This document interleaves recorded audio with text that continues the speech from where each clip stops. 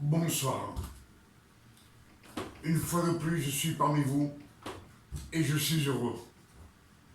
Je suis heureux de pouvoir vous apporter un nouveau message de révélation et de vision.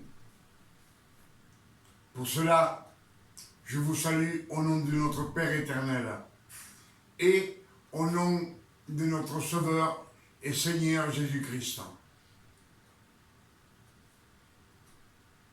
Chaque fois, je vous le dis, de rêver, de méditer les Écritures. C'est en méditant les Écritures qu'on a des révélations du Père éternel.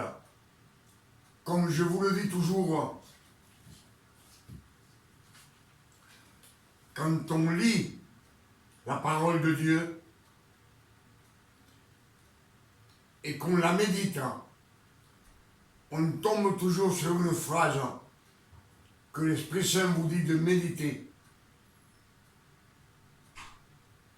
Nous savons que nous avons l'Esprit du Fils de Dieu dans nos cœurs. Nous sommes le temple du Saint-Esprit. Pour cela, je vous le dis toujours, méditez les Écritures. C'est la seule façon d'être dans la vérité. La vérité, le monde entier en a besoin.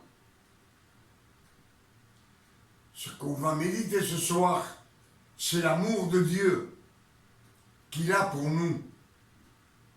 L'amour du Christ, ce qu'il a fait sur la croix de Golgotha.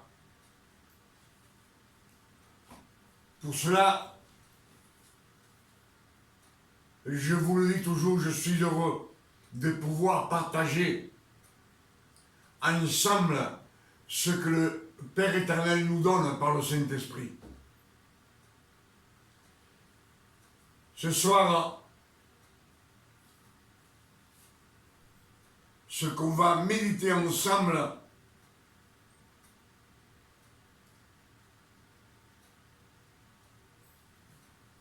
on va voir ensemble Matthieu 33, verset 54. Je vous demande d'être attentif à la parole de Dieu.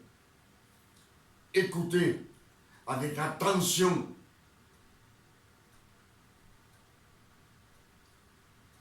Afin que vous receviez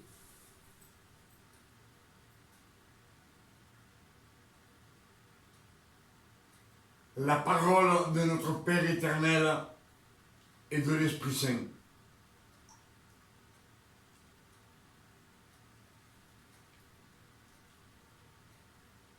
Matthieu 27.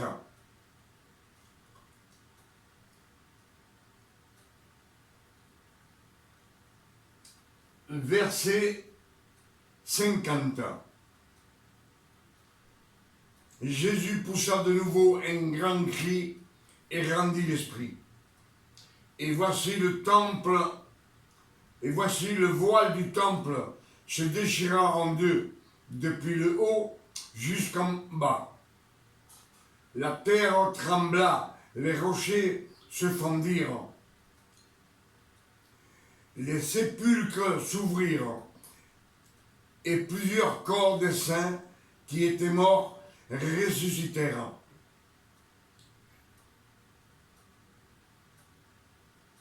Étant sortis des sépulcres, après la résurrection de Jésus, ils entrèrent dans la ville sainte et apparurent à un grand nombre de personnes.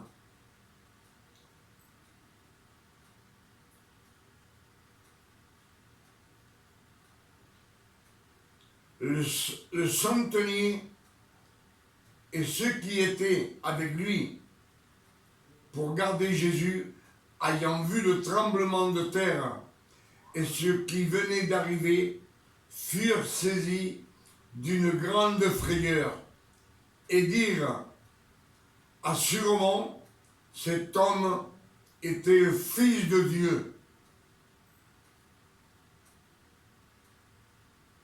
Vous savez que dans les Écritures, Jésus dit, quand le Fils de l'homme sera élevé,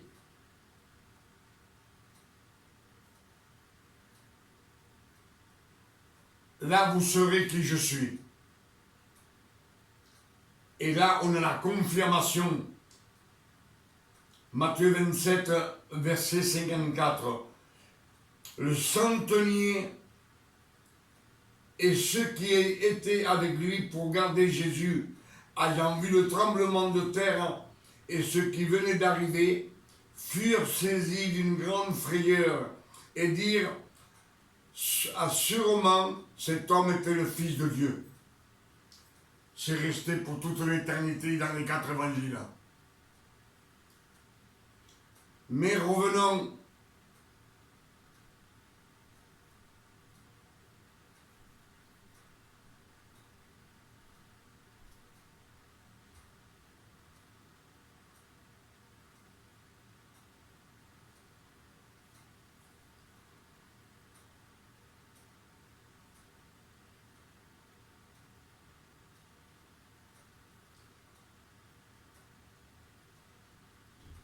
Matthieu 27, verset 50.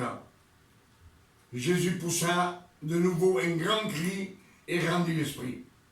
Et voici le voile du temple se déchira en deux, depuis le haut jusqu'en bas. La terre trembla et les rochers se fendirent. La pierre se fendirent.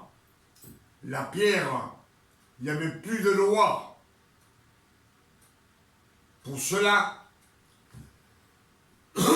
les Écritures disent que le voile du temple se déchira du haut jusqu'en bas. Et le Père éternel descendit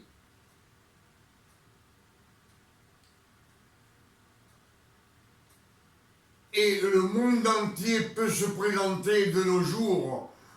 À partir de ce jour, le monde entier, pécheurs et non pécheurs, incrédules et non crédules, mauvaise vie, hommes de rien, tous ils peuvent se présenter devant le Père éternel.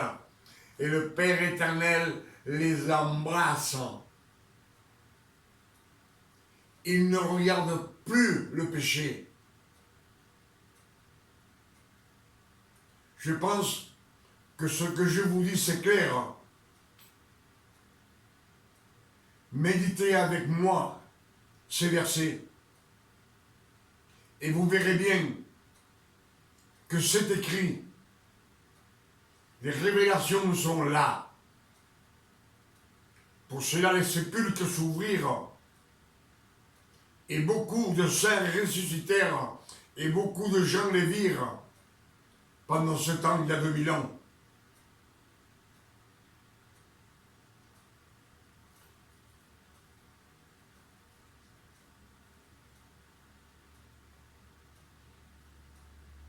Et là, on va voir l'amour du Père éternel dans la grâce de notre Seigneur Jésus-Christ.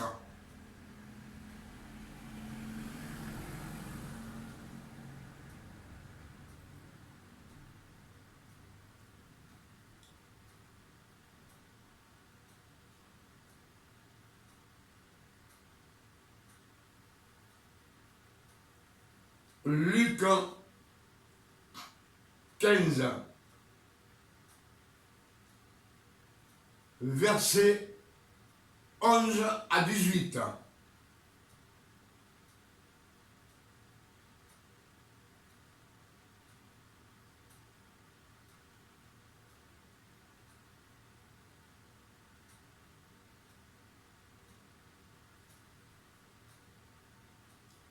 Luc 15, verset 11. Christ donna une parabole de l'enfant prodigue.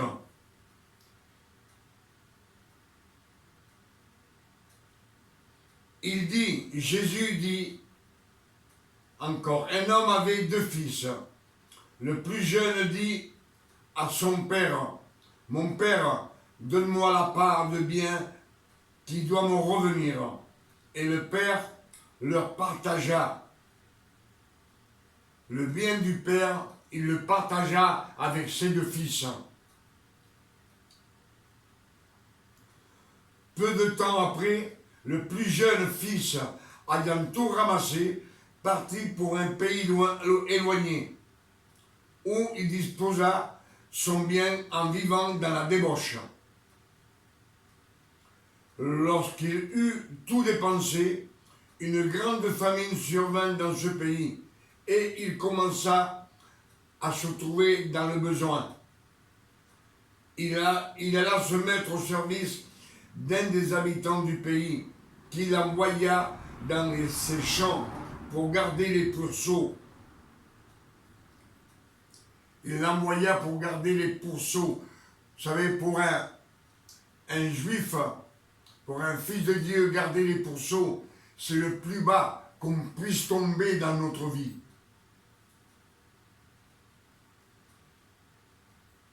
Les Écritures disent, il aurait bien voulu se rassasier des carouges que mangeaient les pourceaux, mais personne ne lui en donnait. Étant entré en lui-même, il se dit, combien de mercenaires chez mon père ont du pain en abondance, et moi ici je meurs de faim. Il pense à son père. Son père est bon. Il donne du pain en abondance, même à ses ouvriers. Il est généreux, le Père éternel. Pour cela, il dit, je me lèverai, j'irai vers mon Père, et je lui dirai, mon Père, j'ai péché contre le ciel et contre toi. Je ne suis plus digne d'être appelé ton fils. Traite-moi comme l'un de tes mercenaires. Il se leva et alla vers son père. Comme il était encore loin, son père le vit et fut ému de compassion. Il courut, se jeter à son cou et le baisa. Le fils lui dit, mon père, j'ai péché contre le ciel et contre toi. Je ne suis plus digne d'être appelé ton fils. Mais le père dit à ses serviteurs, apportez vite la plus belle robe et en revêtez-le, mettez-lui un anneau au doigt et des souliers aux pieds. Amenez le veau gras et tuez-le. Mangeons et réjouissons-nous, car mon fils que voici était mort, et il est revenu à la vie. Il était perdu, et il est retrouvé. Et ils commencèrent à se réjouir.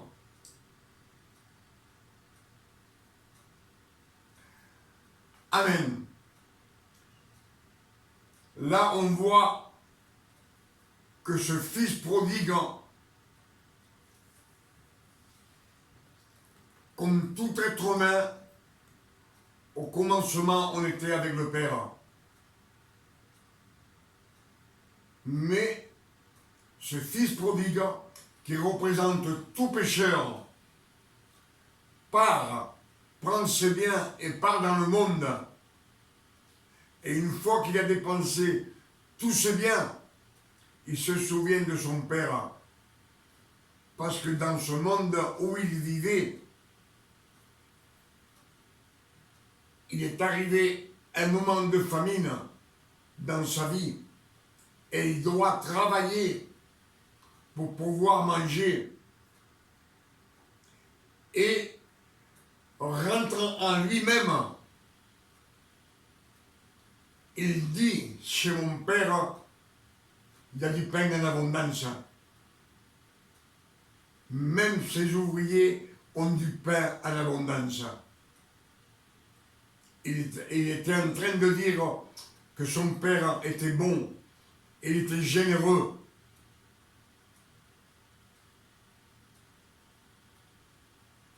Et il se dit, je me lèverai, j'irai vers mon père, Et je lui dirai, Père, j'ai péché contre toi et contre le ciel. Je ne mérite pas d'être ton fils. Traite-moi comme un mercenaire. Mais le Père éternel,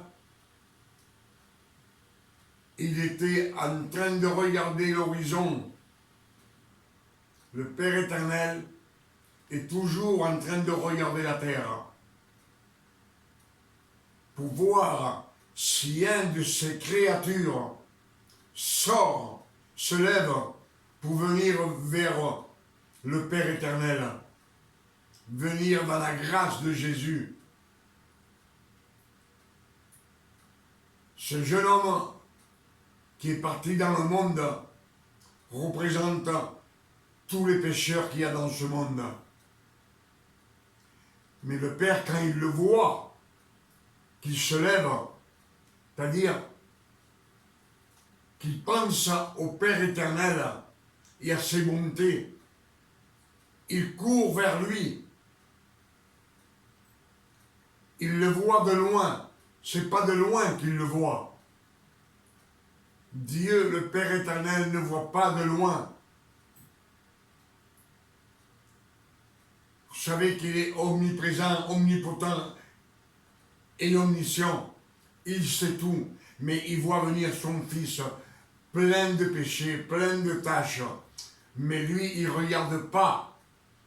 Il ne voit pas les péchés. Il ne voit pas ses tâches. Il ne voit pas le mal qu'il a fait. Et il ne lui demande rien. Il le baisa.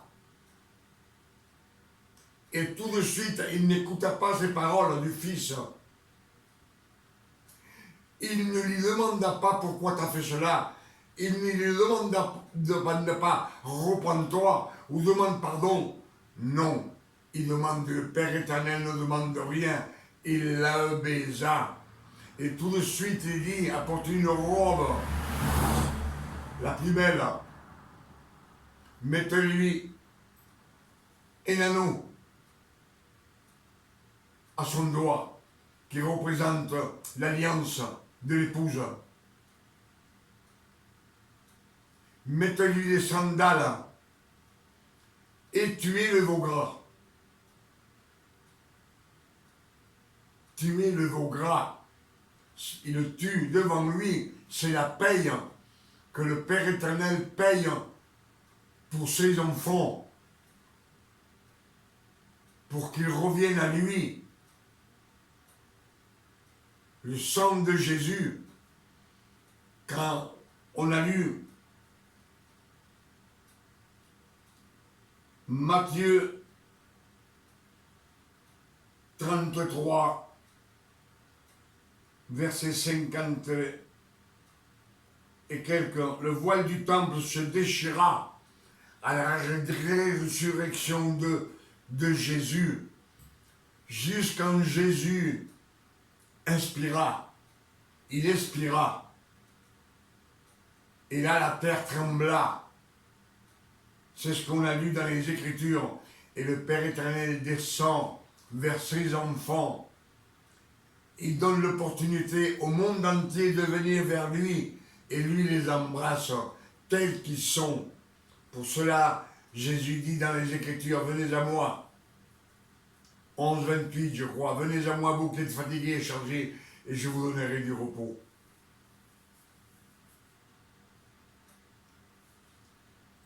On voit que le Fils prodigue, comme je vous dis, représente tous les pécheurs du monde.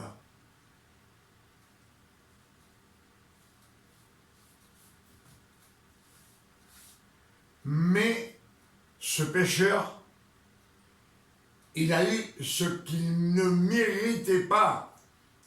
Il a eu le don de grâce de notre Seigneur Jésus-Christ. C'est ce qu'ils nous disent les Écritures. Il a reçu le don de grâce. Il ne le méritait pas, mais le Père éternel, par amour, c'est par amour pour lui, pour toutes ces personnes qui viennent vers lui, que le Père leur donne gratuitement pas la peine qu'il se repente, pas la peine qu'il demande pardon, pas la peine qu'il confesse ses péchés. Le Père éternel ne demande rien. Ça, c'est la grâce de notre Seigneur Jésus-Christ.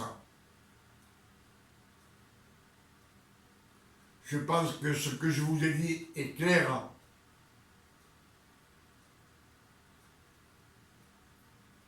Que ce pécheur qui est sorti du monde, qui s'est levé pour revenir au Père éternel et dans la grâce,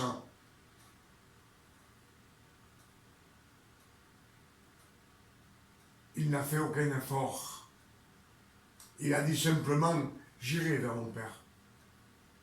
Mon Père est bon, mon Père est généreux.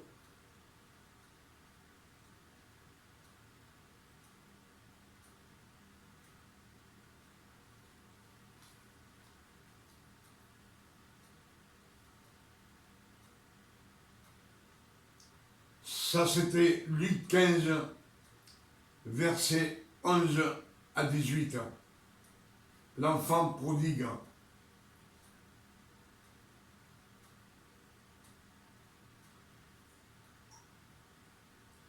Et maintenant, on va voir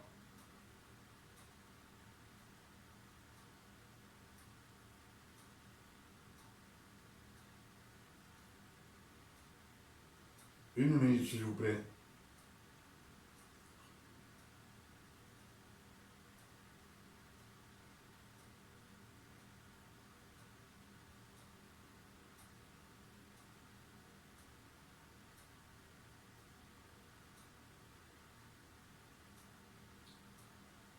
On va voir Deutéronome 21, versets 18 à 21.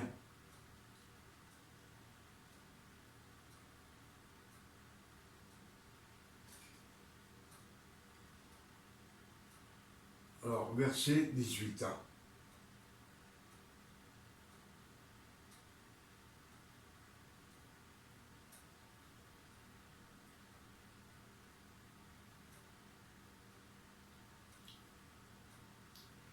Deutéronome 21, verset 18.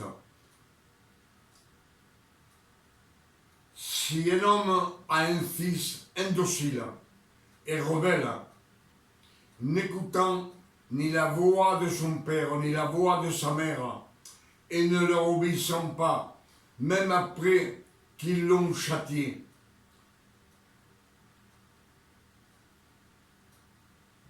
le père et la mère le prendront et le mèneront vers les anciens de la ville. Et à la porte du milieu où ils habitent,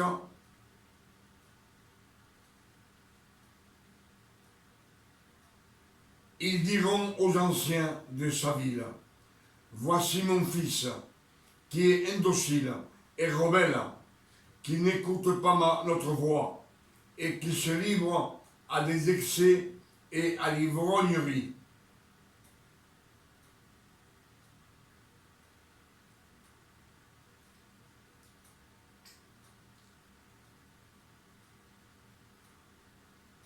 Et tous les hommes de la ville, de sa ville, le lapidèrent. Il mourra. Tu ôteras ainsi le mal du milieu de toi, afin que tout Israël entende et craigne. Ça, c'est la loi.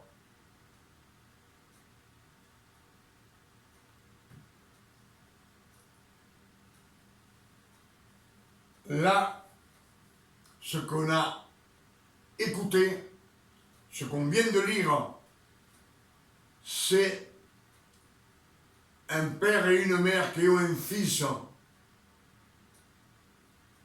C'est un pécheur, il est indocile. Il n'écoute pas ni la voix de sa mère, ni la voix de son père, malgré que le père et la mère le châtient, mais il vit dans l'excès et dans l'ivrognerie. Et là, ça représente aussi tous les pécheurs de la loi, hommes ou femmes qui pêchent dans la loi. Et là, ils le lapidèrent. Ce jeune homme, ils le lapidèrent. Il mourut lapidé. Ça, c'est la loi. Comme je vous ai dit, l'enfant prodigue, c'est un pécheur aussi, comme tous les pécheurs du monde. Mais dans la loi, on a bien entendu qu'ils le présentèrent aux anciens de la ville et ils le lapidèrent. Là, dans la loi, il a eu ce qu'il méritait, ce jeune homme. Parce que dans la loi, quand on pêche, on mérite la mort.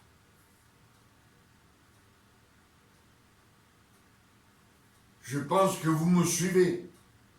De l'enfant prodigue de la loi à l'enfant prodigue de la grâce. Ce sont deux pécheurs. Ce sont pareils des jumeaux qui pêchent dans le monde. Ils s'enivrent. Mais l'un dans la loi, il a eu ce qu'il méritait, la mort. Parce que la loi, c'est la force du péché. Le péché, la loi, c'est la force du péché. Vous enlevez la loi, il n'y a plus de péché. Et ce qu'on vient de dire, c'est que ce jeune homme, dans la loi, il a eu ce qu'il méritait. Mais l'enfant prodigue, qui revient vers son père, il dit bien qu'il était mort. Il avait ressuscité.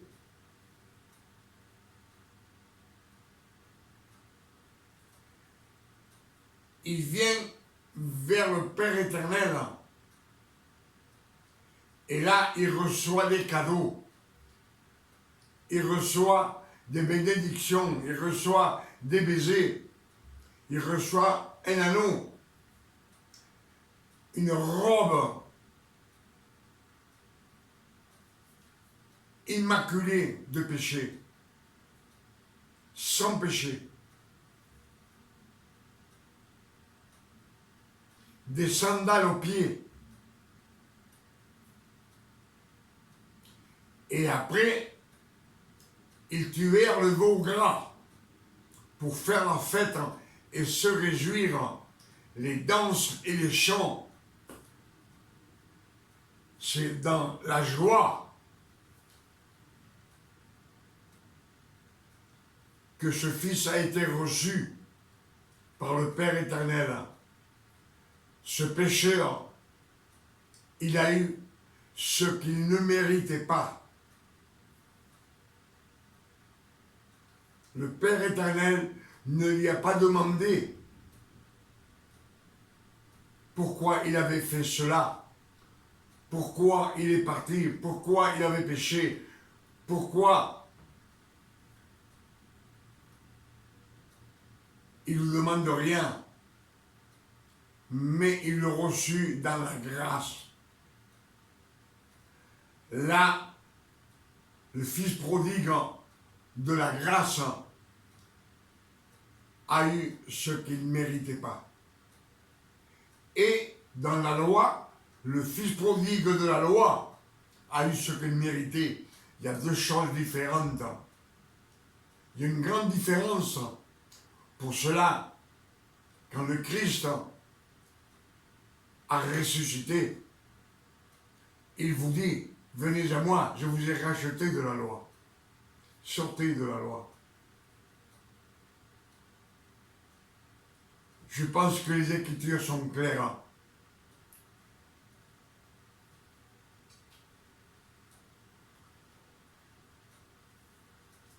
Pour cela, quand je vous le dis toujours,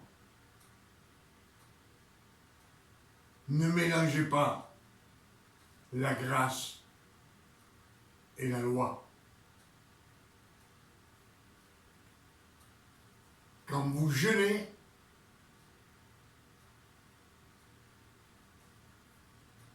vous revenez à la loi. Vous sortez de la grâce. Vous partez de la main de Dieu, du Père éternel. Quand vous vous mettez à genoux, vous sortez de la grâce et vous revenez dans la loi.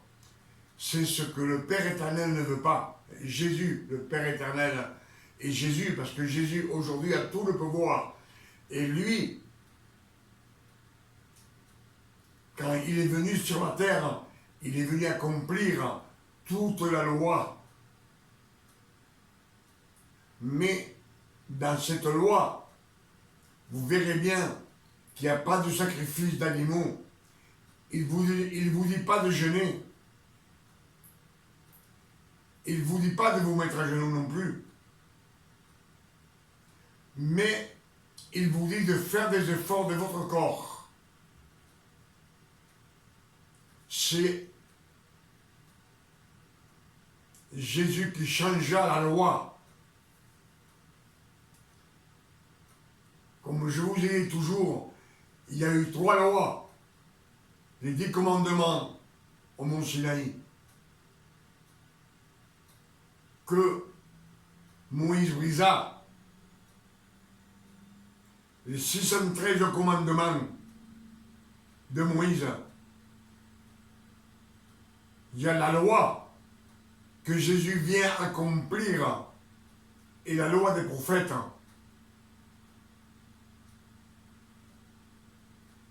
Il y a 3 lois. Et pour finir, on a les révélations qui sont pour le monde entier le numéro 4. Ça, c'est le travail du Père, du Verbe, du Saint-Esprit et de Jésus.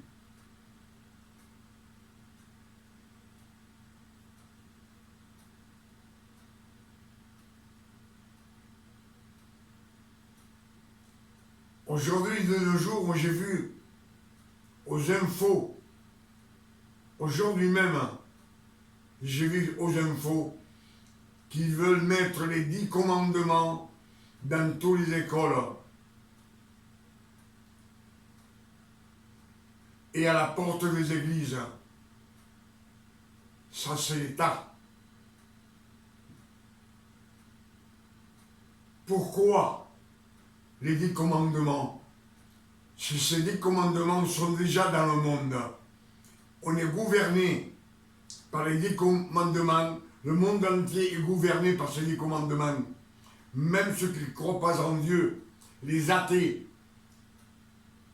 Si vous allez en Russie, ils ont les 10 commandements. Le peuple doit accomplir les 10 commandements, sinon ils vont en prison. On leur met des amendes.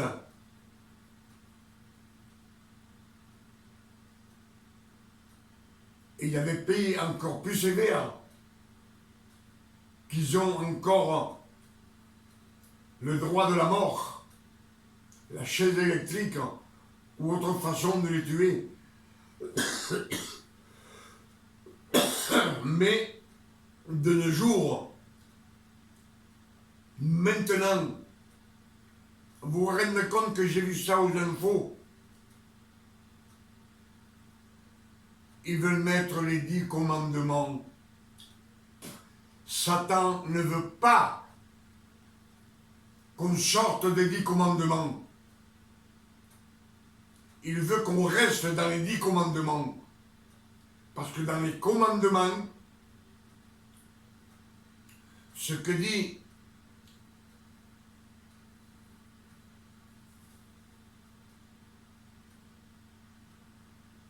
la pierre que les bâtisseurs ont brisée, c'est celle qui commande le monde. Mais si tu tombes sur elle, tu vas te briser. si elle tombe sur toi, que tu t'accroches, elle va t'écraser. Pour cela, même ceux qui sont dans le monde, s'ils s'accrochent à ces 10 commandements, ils vont faire des sacrifices de leur cœur et de leur corps en disant « je ne peux pas faire cela ». Comme ils disent les curés, il ne faut pas que je me marie. On n'a pas le droit de se marier. Je n'ai pas le droit de faire ceci. Je n'ai pas le droit de manger cela. C'est la loi. Et Satan ne veut pas que tu partes de la loi. Il veut que tu restes dans la loi. Il sait que si tu restes dans la loi, tu ne pourras jamais l'accomplir. Et tu fais partie de dans son chemin. Moi, je vais vous dire une chose, ce n'est pas écrit dans les Écritures, mais vu la façon dont les Écritures et le Père éternel a travaillé pour nous, pour nous arracher aux mains de Satan. Quand Dieu, le Père éternel, donna les 613 commandements aux tribus d'Israël, aux 12 tribus d'Israël, regarde-moi bien, je pense que Satan s'est frotté les mains en se disant, maintenant c'est vrai, maintenant tout ce peuple est pour moi, parce que personne ne pourra accomplir les 613 commandements du Père éternel. Mais Satan n'est pas omniscient, il ne connaissait pas les plans du Père éternel, que c'est tous des propos du Père éternel. Tous ces commandements, toutes ces malédictions. Hier, je vous ai dit que Ésaïe dit « Va et mets un bandeau dans les yeux pour qu'ils voient, ils soient aveugles, et des bouchons dans les oreilles pour qu'ils entendent et ils soient sourds. » Tout cela, c'est un commandement d'amour pour nous et pour Jésus. Parce que c'est quand Jésus est venu sur la terre et que Jean le Baptiste le baptisa et que le Père éternel, le ciel s'ouvrit et le Saint-Esprit descendit sur lui comme une colombe. Jésus avait déjà le Verbe dans son corps. Et en plus maintenant, le Saint-Esprit. Il avait 2 parties du Père éternel. Pour cela, le Père éternel dit, celui-ci est mon Fils, aimé, en qui j'ai mis toute ma confiance. Mais, cette malédiction des bandeaux dans les yeux et les bouchons dans les oreilles, c'est par amour, c'est que pour que personne ne reconnaisse Jésus comme le Fils de Dieu. Personne ne le reconnaît. Il n'y a que Satan qui le reconnaît. Une fois qu'il est parti dans le désert 40 jours, 40 nuits, Satan lui dit, si tu es Fils de Dieu, fais que ces pierres deviennent du pain. Ce qu'il est en train de dire, c'est que de la pierre, de la loi, qu'il fasse le pain de vie pour tout le monde, qu'il laisse les 10 commandements tels qu'ils sont.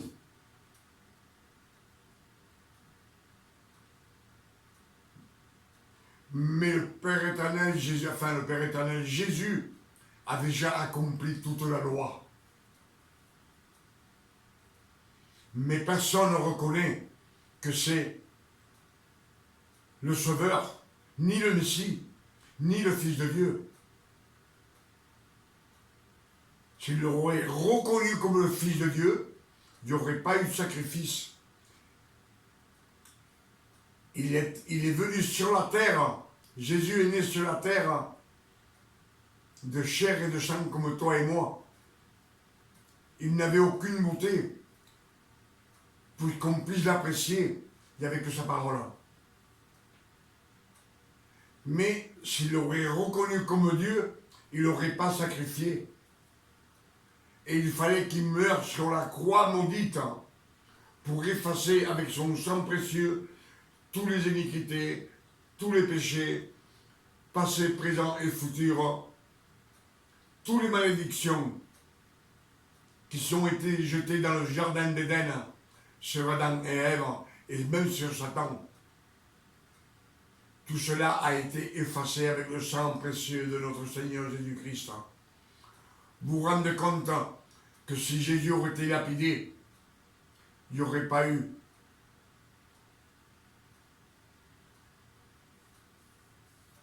du sang versé pour laver tous ses péchés et toutes ses malédictions.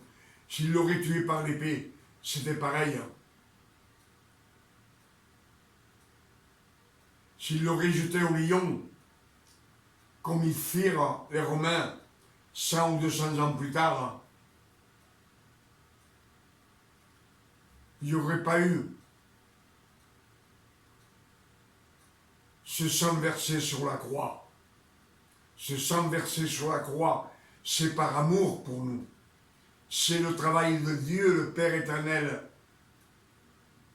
du Verbe, du Saint-Esprit et de Jésus.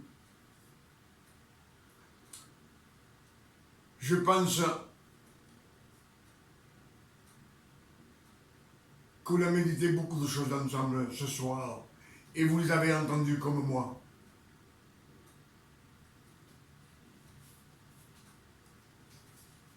Ce message touche à sa fin et ce que je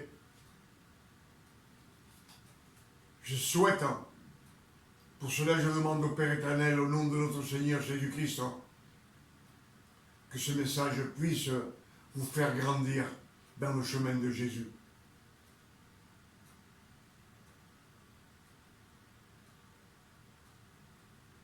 Que vous puissiez ouvrir les yeux, comme disent les Écritures, illuminer votre cœur, ce message, afin que vous sortiez de la loi. La loi, quand vous revenez à la loi, quand vous revenez, que vous vous mettez à genoux, vous revenez à la loi. Quand vous demandez pardon au Père, vous revenez à la loi. Vous sortez de la grâce de notre Seigneur Jésus-Christ.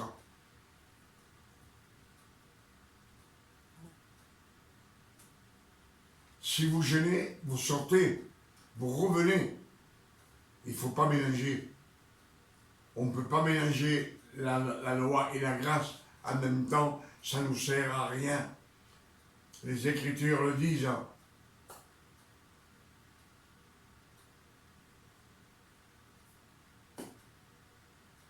Et nous disent que par nos efforts, on veut être présenté devant le Père éternel.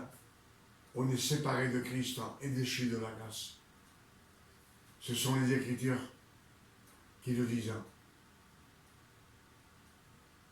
Quand vous demandez pardon au Père, j'ai péché, Père, j'ai péché, le Père éternel vous dit, je sais qu'on dit toujours, Père, oh j'ai péché, j'ai fait ça Seigneur, en pleurnichant, je vous le dis dans quelques messages que j'ai fait dernièrement, primo, ces pleurnichements, c'est de l'hypocrisie. Parce que quand vous avez fini, vous n'avez même pas de larmes. Et le Père éternel le sait. Et le Père éternel vous dit, mon fils, je t'ai déjà pardonné. Il y a 2000 ans que je t'ai pardonné. J'ai donné mon fils aimé sur la croix,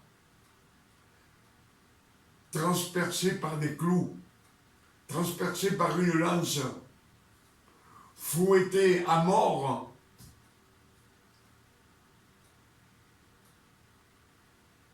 tu as déjà été pardonné.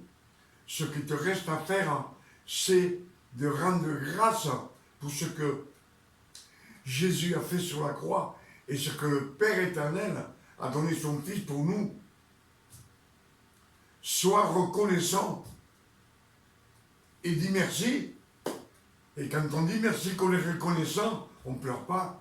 On dit merci, merci, en souriant. Merci Seigneur, parce que cette œuvre que tu as faite sur la croix, je vis sans péché, sans maladie, sans infirmité.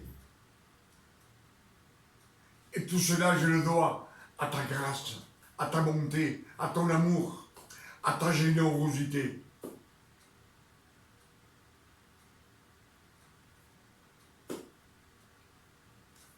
Dans le jardin d'Éden, Dieu dit à Adam, tu pourras manger de tous les fruits du jardin.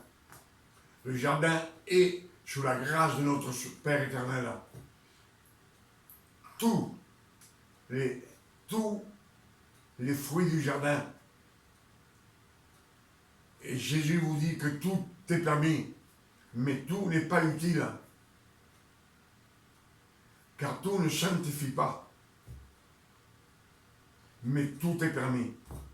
Pour cela, les fils de Dieu, quand ils pêchent, le Père éternel ne voit pas nos péchés.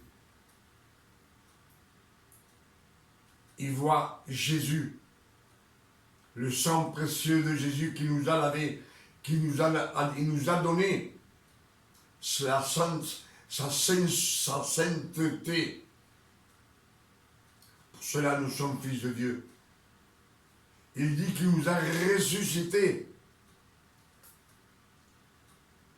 Avec sa mort, il nous a baptisés.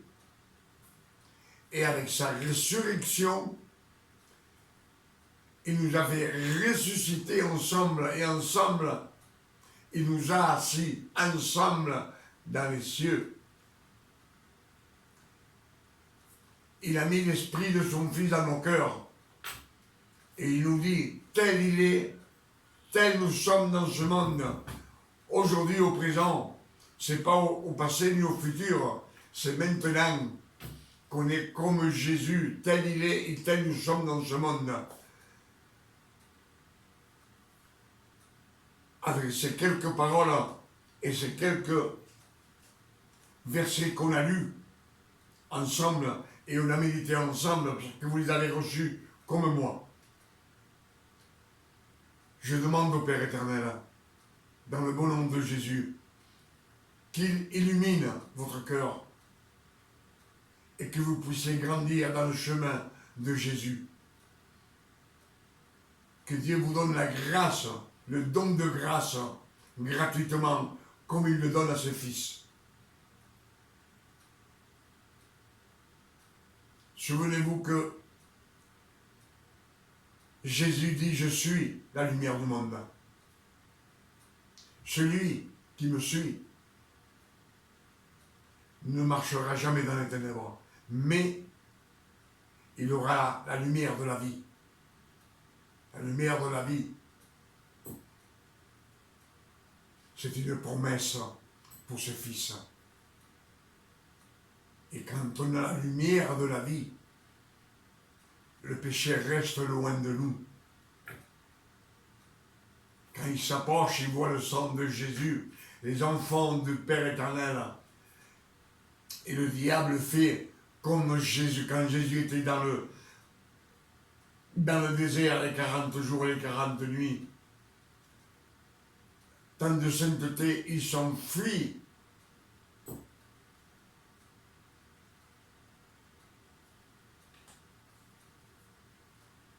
On a été fait à la ressemblance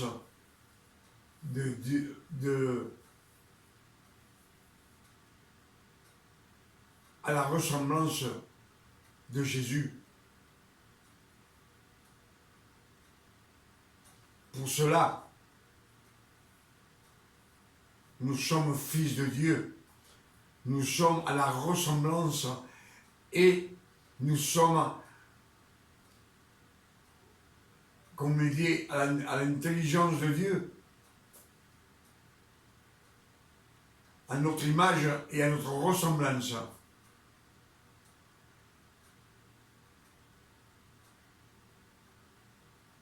Et nous sommes aujourd'hui nous sommes fils de Dieu. Pour cela, nous avons le Saint-Esprit dans nos cœurs et le Verbe dans la main.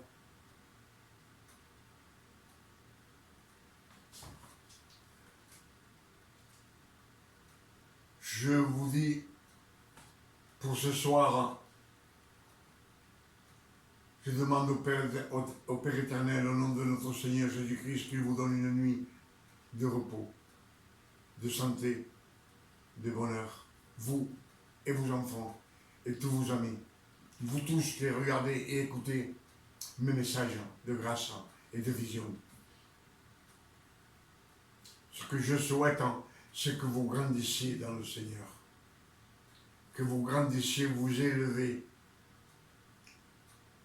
comme Jésus, dans la montagne, il souleva Pierre et Jean. Quand il a apparu Élie,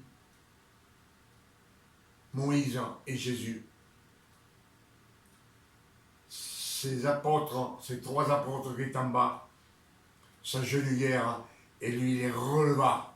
C'est lui qui les releva.